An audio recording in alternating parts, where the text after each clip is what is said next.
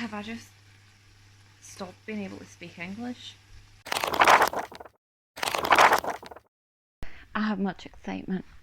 I have a parcel from Amazon. And safety first, you know. The usual.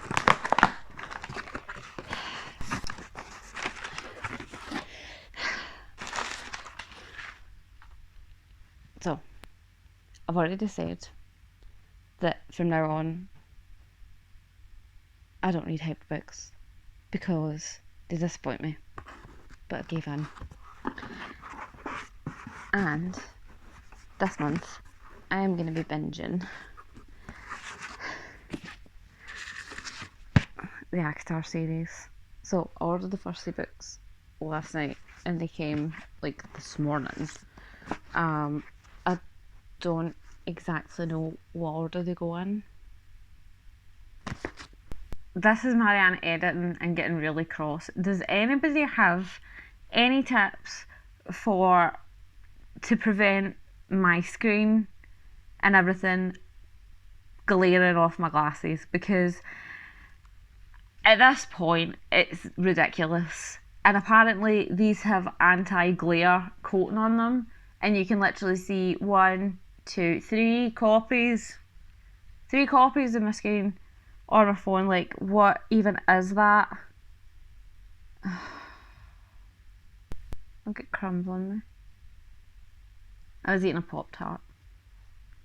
So it's about 4 PM on Saturday and the weather is absolutely gorgeous. So we're out in the trees in the wilderness. There's still some traffic noise because we're just off the main road, but because it's getting closer into the evening, and obviously lone women walking through nature parks at night, and obviously lone women walking through kind of forest areas by themselves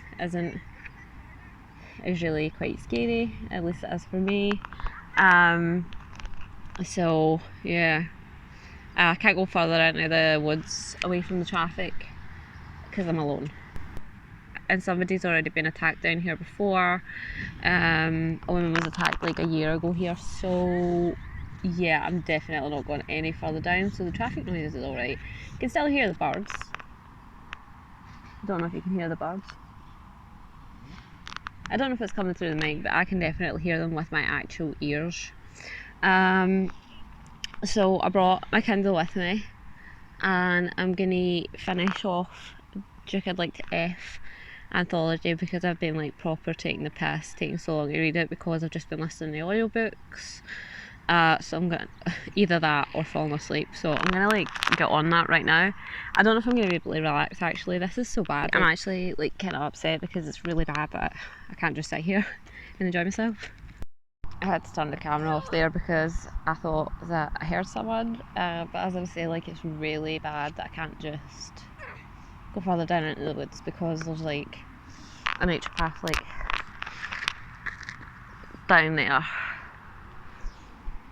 and it opens out into this kind of like really nice area with a pond and stuff. So yeah, I feel annoyed about that.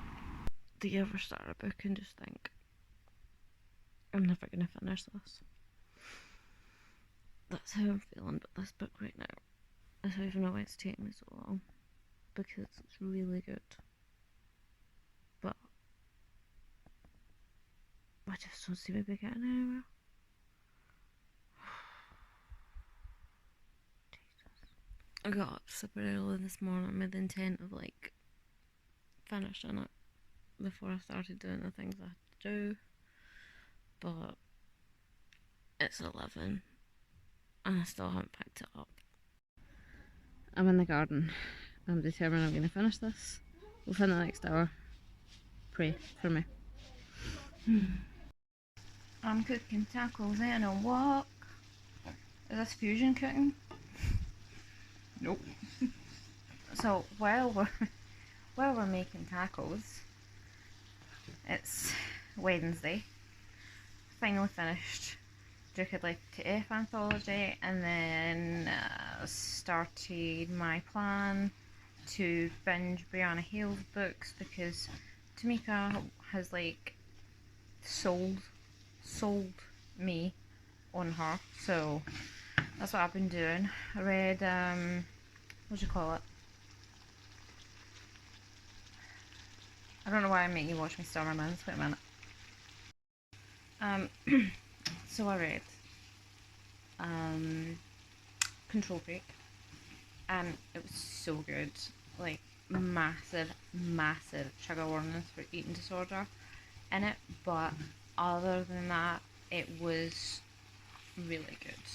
Loved that the author didn't use like the male hero was this big saviour that came along and like saved the heroine from her own fucking struggles and trauma, supported her through her own kind of recovery. What else did I do? Finally finished the Duke I'd Like to F anthology. Absolutely loved that. And what else have I done? I started reading The Prodigy. No. And I started reading The Prodigy. Protege? I'm sure that's how you say that word.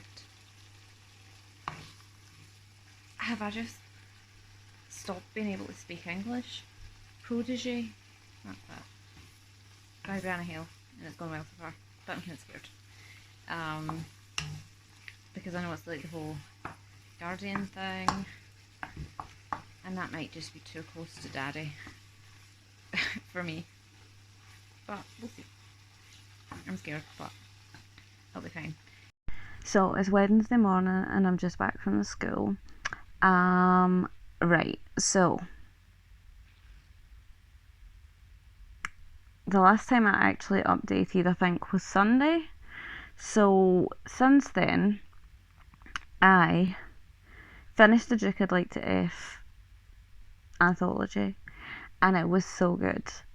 Like, I very rarely read anthologies because I don't really like short stories, but like the length of these were actually more like novellas.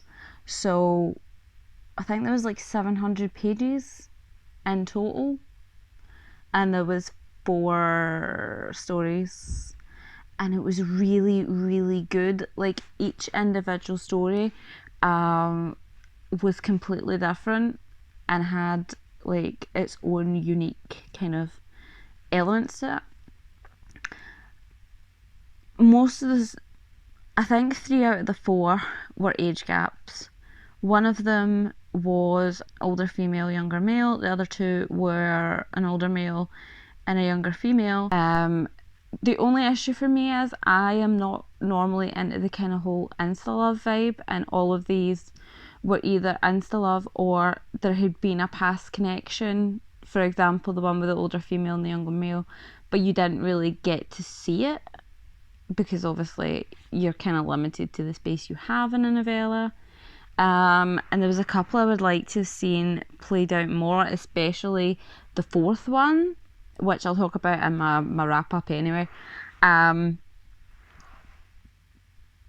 other than that, I loved it. I gave it 5 stars, and I read Control Freak, which is a standalone, and I gave it 4 out of 5 stars. Now, with Control Freak, there is a massive trigger warning for eating disorders.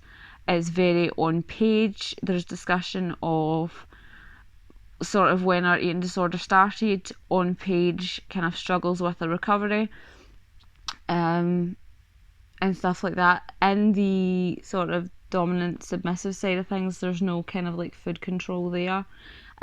He's fully aware of the fact that she has an eating disorder and is very sensitive to that and is very supportive. And I might have already said this in the last update, but I loved the fact that it wasn't like the big male saviour coming in to rescue her. Like, he supported her through working through her sort of trauma and issues and stuff like that. I liked how the relationship started, the fact that it was an office romance, but it had a kind of shaky start, and then it became obvious that she really needed this kind of dominant submissive vibe to kind of help her through. And again, it wasn't used as like that BDSM was her saving grace and saved her life. It just contributed to her recovery. Yeah, so I really loved that. And it was the first time I see a lot of people complaining about, because of the kind of circle of people that I have around me, particularly on social media, out with bookish related community stuff. I have quite a feministy circle, and a lot of them don't agree with the concept of BDSM, but they kind of look at it from a very black and white perspective of a man's trying to control a woman, when really it's kind of, well, obviously it can go both ways. Like, it's not just always the male dominating the female, but they view it as this way instead of thinking about it from a realistic point of view. And I think this is where a lot of the problems lie when it comes to people critiquing sort of dominant and submissive books, because they know nothing about that lifestyle. Not everybody lives at the 24/7 dynamic. Some people just introduce it in the bedroom in various other ways. So I think it's sort of refusing to kind of read up on something before like spouting your opinion on it. And obviously it can be used in a way to sort of help people in the recovery from various different things, particularly from a mental point of view. So that kind of showcased how it can benefit someone that is recovering from something. Then after, so, and also when you really sort of think about it, realistically, if you are in if you have a true BDSM dynamic, either in the bedroom or your daily life, it's more of a top and from the bottom kind of situation, because while the dominant is the one that's in control from an outsider's perspective, the submissive is generally the one that's actually in control, because they're the one that has the possibility of having their safe word there and saying, no, I don't want this, stop.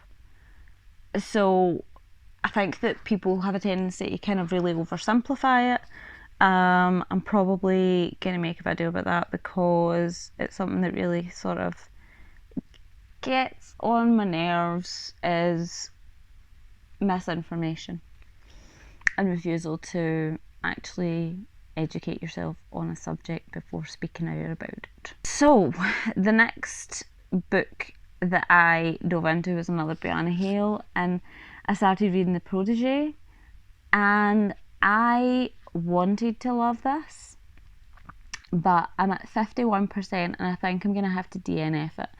I thought I would be fine with the whole guardian and ward situation, but it's not working for me. With an age gap situation,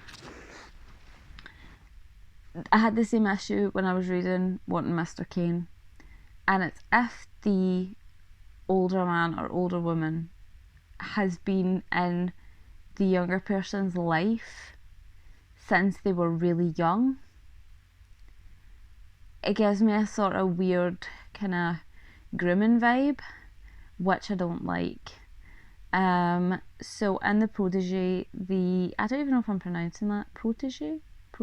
Anyway, the hero in the story has known the heroine since she was 8, and essentially raised her and was a father figure in her life.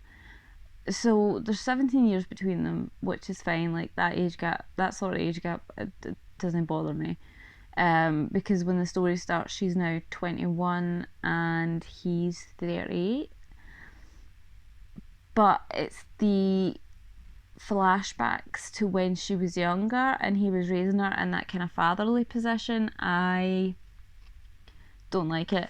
And it would be fine if it was a situation where it was obvious that she had like a, well, it wouldn't be fine, but it would be more palatable if it was the case that she had a kind of crush on him, and then she went away and came back and he realised that she had sort of blossomed into someone he was interested in. But it's a dual point of view situation, and you see him discussing how he was interested in her from when she was about 16 and was waiting until she was 18 to do something about it, which, see, it's kind of difficult for me. I live in the UK and like our age of consent here is 16, so something like that wouldn't be considered particularly bad if she was 16 when he started being interested, because that's kind of legal here. But I don't know, like, I don't know, I just I'm not vibing with it. It's giving me too many complicated negative feelings and it's just making me feel super uncomfortable. It kind of just gives me really bad vibes. And no disrespect to anybody who reads it and enjoys it at all whatsoever. It's just like, it's not something that I can comfortably read and enjoy. And I'm really, really gutted because I would have loved because I would have loved, absolutely loved that dynamic of the kind of like orchestra and the conductor and the cellist and the dom sub dynamic. It's just the setup around it isn't working out for me. So basically, I think that the psychology of my issue is, I don't mind if the age gap starts when the character is 18, but if there's been a situation where there has been a waiting happening beforehand, the anticipation of like gradually finding them more attractive, particularly obviously when they are underage, because even though the age of consent here is 16 and you can get married when you're 16 and have your own house and stuff like that, I often think that's still like a teenager to me. Whereas if it's 18 and upwards, like that's adulthood. I don't know, it's really complicated in my head. I mean, I sound like a complete hypocrite because the majority of people I know that are in my age group now, like my generation, had already lost their virginity when they were underage. So it's probably quite hypocritical talking about it like this, but now as an adult reflecting back and thinking of the level of maturity that we were all at back then, but then again, it was with people our own age rather than people that were 17 years older and had raised us. See, this is too much for me to try and work through right now. So I'm gonna go and I'm listening to Feral Sins by, is it Suzanne Wright, which is the first book in the Phoenix Pack series. It's a paranormal werewolf romance, so I'm listening to that right now. And then I'm gonna grab my Kindle later on and pick up another Brianna Hale, check first to see if it's the whole Guardian Ward vibe, and then read that. So I'll update at some point later. I don't have to pick the kids up for another 5 hours, so I'm going to shove the audiobook on, go and tidy my house and do some ironing, and I shall return. Right, so it's later on in the evening. We're still on Wednesday. I ended up like putting down Feral Sins, well, turning it off because it's an audio. I've got 2 hours of audio left. Listen to the first 4, and I'm just, the plot has gone. So here's what I was hoping was going to happen. So in the beginning, Tamsin, or whatever her name is, Taryn's dad's trying to marry her off to this guy. They still don't want to marry, and I was hoping that there was going to be like this big, kind of like war slash rivalry between the two packs, but it didn't happen, and it's kind of went from having the potential to have all of this plot into just feelings and miscommunication and misunderstanding. I mean, if you're looking for some good kind of werewolf smut, then it's probably a safe bet. So I'm probably gonna keep listening to it, but I'm gonna wait till later once I've had my dinner and had my bath and stuff. So I'm in the bath just now, and I started reading Ringmaster by Brianna Hale. I've literally just read the prologue in the first chapter, and I'm already like sold. I'm intrigued by this story. But trigger warnings in the first chapter. I've already had discussion of parental abuse, sexual assault, and child murder. So there is that warning for you. So I'm gonna go and read a little bit more of that just now. But yeah, that's pretty much where my feelings are currently on Feral Sins. I ended up actually, I didn't just take the break because the story was annoying me.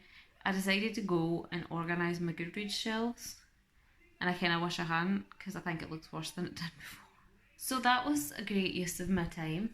Anyway, I'm gonna go and read my book because I need to read and I need to wash my hair. My hair is actually disgusting. I changed shampoo and it's just made my hair go crazy. So, love that.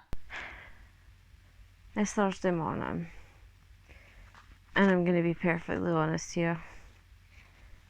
I'm a bit fed up with this book. I've got like 1.5 to 2 hours of this book left. To clarify, the Feral Sins book by Suzanne Wright. I am getting so fucking bored. Like, the sex scenes are just repetitive. Like I said yesterday, the plot is all but gone. And it's just sex scene after sex scene after sex scene, and it's just becoming really tedious and boring and samey, and I just cannot be arsed. I'm gonna have a wee think as to whether I want to DNF it, or not, but then I'm like, that's hours of my life that I'm not gonna get back, and maybe I will like it in the end. I'm sure that in the Goodreads review section that Heather at heabooktubes had marked this as either a 4 or 5 star, and she's like the DNF queen. Her vibe seems to be, if you don't like it whatsoever, just get it to fuck. So I don't know whether to maybe like slide into her DMs and just be like, listen, does the last quarter of this have any development from where it is right now? And then that'll kind of maybe motivate me to either DNF or not. I don't know. The people that I follow in Goodreads that have already read it have highly rated it, and I'm like, it must be one of those ones that picks up at the end, because I'm just so bored, so unbelievably bored. Aside from that, I started reading Ringmaster by Brianna Hale. I think I might have already said that yesterday, and I love it. After reading like the first 30 to 50% of the Protégé, I don't know how you pronounce it, and reading the entirety of Control Freak, Ringmaster is like not what I was expecting whatsoever. I was expecting something darker and kind of more twisty, but it's a slow burn, which I love. It is super sweet, and I hit like 60% at like 1:30 this morning, and I did contemplate pulling an all-nighter to finish it, but I think that my epilepsy would probably have disagreed heavily with that idea, and I would probably be extremely unwell today. But I am loving it so much. I like that it's one of those ones where I know that this can annoy a lot of people, but I like that there's no real sort of obvious time frame, if that makes sense. Like the kind of Riverdale vibe where like this could be set in multiple different time periods, because initially when I was reading it I was thinking it was sort of like the same kind of vibe as the circus and Water for Elephants, which by Sarah Waters, which I 100% recommend. And I thought it was maybe further back in time, but then the heroine's talking about slush puppies at one point, which are obviously, I think that slush puppies sort of started getting made in the 80s or 90s. Nobody's using mobile phones. They're using phone boxes, which sort of like fell out of fashion. We still use them occasionally. People still use them occasionally, but generally they don't. And yeah, it's strange, because like I said, there's no obvious time period, but I kind of like it because you can put your own kind of vision on it. Obviously that's not great for people that can't really visualize what's happening in a story, because I know that that's a thing. Can't remember the word for it, but I do know it's a thing. But I feel as well, like in comparison to the other two Brianna Hale books that I read, it's far more atmospheric. And I know that people in the comments, and I know that people in Goodreads had complained that it was quite, there was a lot of sort of more discussion on what was happening in the circus and the sort of day-to-day life of it. But I really enjoy that part of it, because not only do you have the romance, but you have that kind of more atmospheric, in the zone kind of situation. Because if you don't really have context for a story, especially if it's in an unfamiliar setting, like if you have descriptions of the way things look, the mood in the room, the setup for it, what's happening round about, and you're only focusing on the two characters, you lose a lot of the story. Because this could literally, if you take away the sort of humdrum life of working in the circus and the day-to-day life, and like the focus on sort of atmosphere and settings, then you could really set it anywhere, like in any sort of work space, theatre kind of vibe. You know what I mean? I know what I mean. I don't know if you know what I mean. So the fact that it's set in the circus, it is called Ringmaster. The main plot of the book is this girl escaping to the circus, or running away with the circus, which by the way is a total mood, because I'm feeling like I was running away with the circus today. It's such a major plot point that if you take that away and you don't put any focus whatsoever on the circus, what's the point in even including it in the first place? So I'm here for it. I'm really vibing. I love a slow burn. I love that the timeline is working for me in a good way. I've said previously that normally I don't like time jumps, but these time jumps are like covering maybe 2 weeks, 3 weeks. So it's not including too much of the sort of day-to-day circus stuff, because you'll have like a day where they'll go through loads of kind of like things that they're doing and blah blah blah. But then it's like 2 weeks later, because if they were filling in the whole time period over, we're currently at the 6-month point, where she's been at the circus for 6 months, and I mean, if you had to include every day or most days over that 6-month period, then the book would be massive. But to maintain a slow burn romance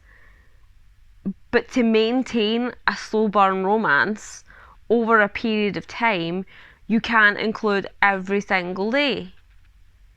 So for me, who isn't really into the insta-love vibe, I need to stop saying vibe. What was I saying there?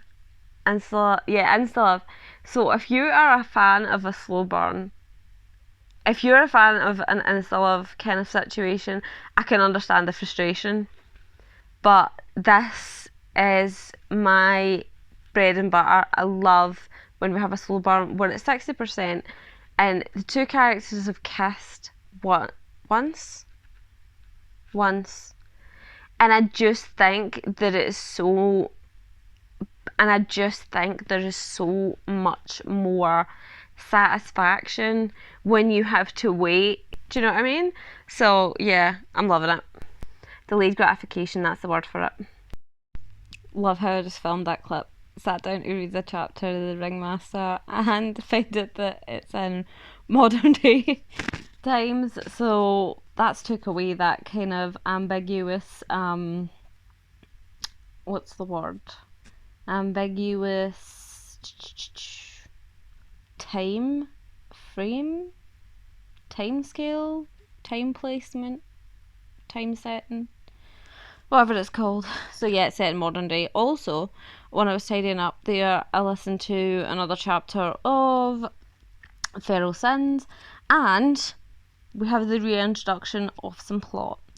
Admittedly, it's a different plot from the beginning, which is fine, but like we have something. So the main goal for today is finish the Ringmaster, finish Feral Sins, and I think I've got half an hour left of Love in the Wild to listen to, so gonna get those out of the way because I'll be filming my wrap up on Saturday, and I want to get everything that I'm currently reading out of the way.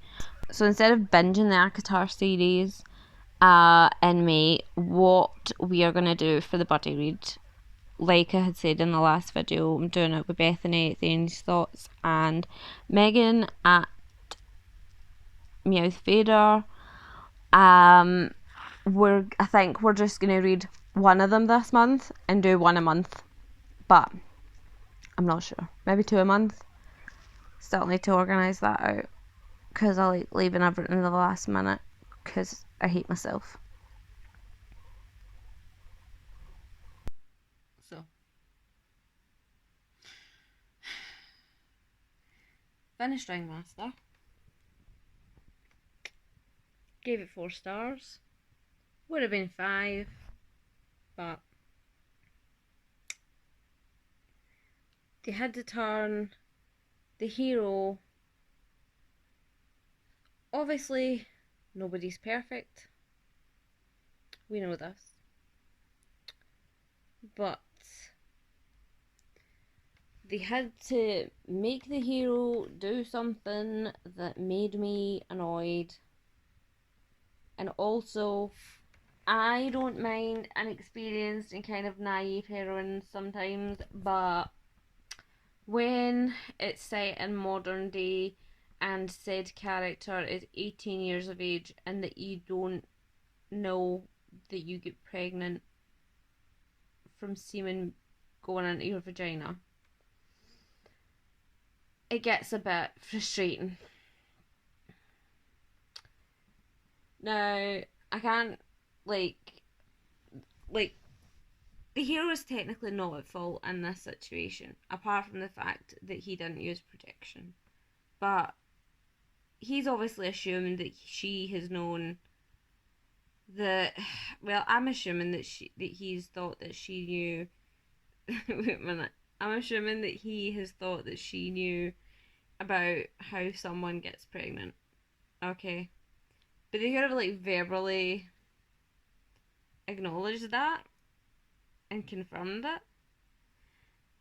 But it was all going fine. Like the non-use of protection didn't even like enter my mind at any point until they're in the throes of passion and he is looking at her stomach and is like, she could be pregnant with my baby. I hope that she's pregnant with my baby. Maybe this time she'll be pregnant with my baby afterwards. And I'm like,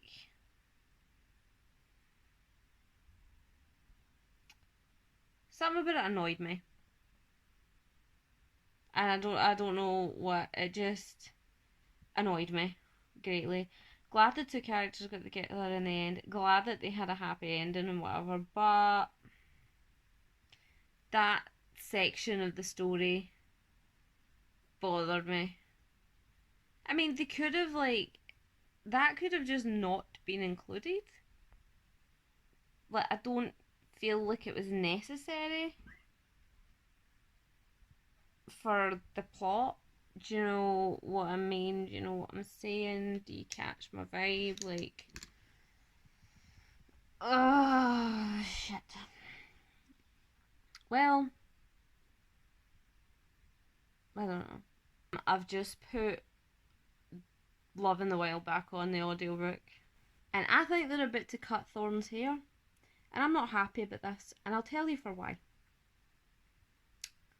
I love guys with long hair. So this isn't making me happy. I mean, listen, right? It's a Tarzan retelling, so I have my vision of what like Tarzan should look like. And they could have Tarzan in everyday like life without cutting his hair. Like, I mean, I've seen Jason Momoa in a suit and tie and in casual clothes looking real tasty.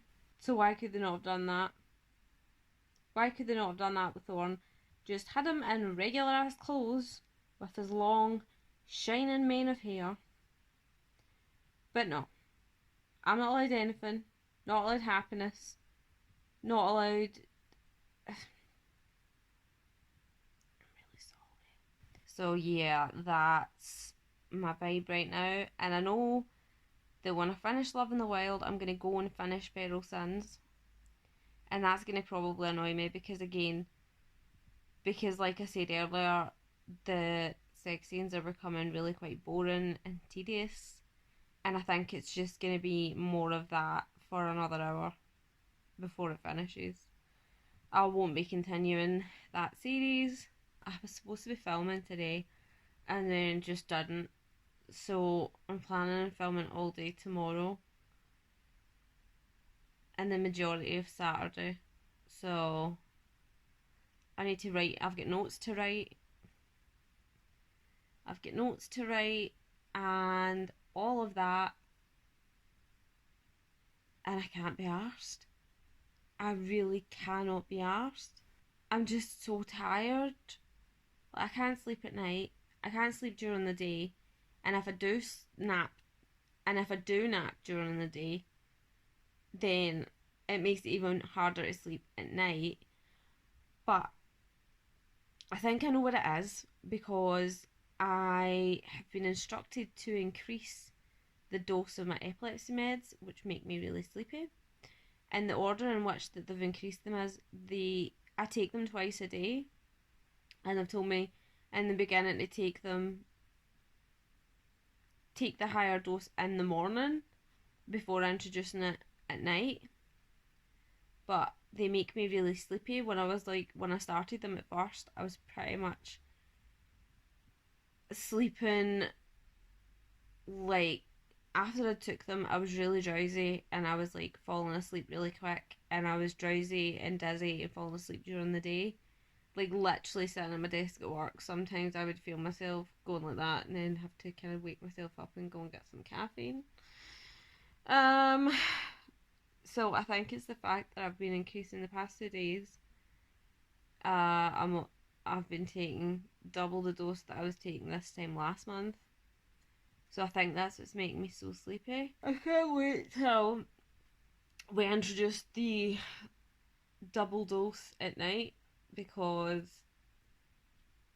then my body might be used to the double in the morning. But I just, as yet, at this point, as of now, as of today, I just cannot. And it's 1:20. I'm gonna have to leave in like an hour and 25 minutes to pick the kids up from school, so I can't even say, oh, I'll just go for a quick nap. Oh, because I still got some stuff to do around here as well. Oh, today is not a good day. Love that. Yep, even the heroine was raging that they cut his hair. Same hen. So I'm going on the school run. Can't be arsed. Gonna put in feral sins again. I'm so tired. I ended up actually not reading that much because my mum was on the phone to me for about an hour, so gonna go and try and fire through some of this while I'm walking.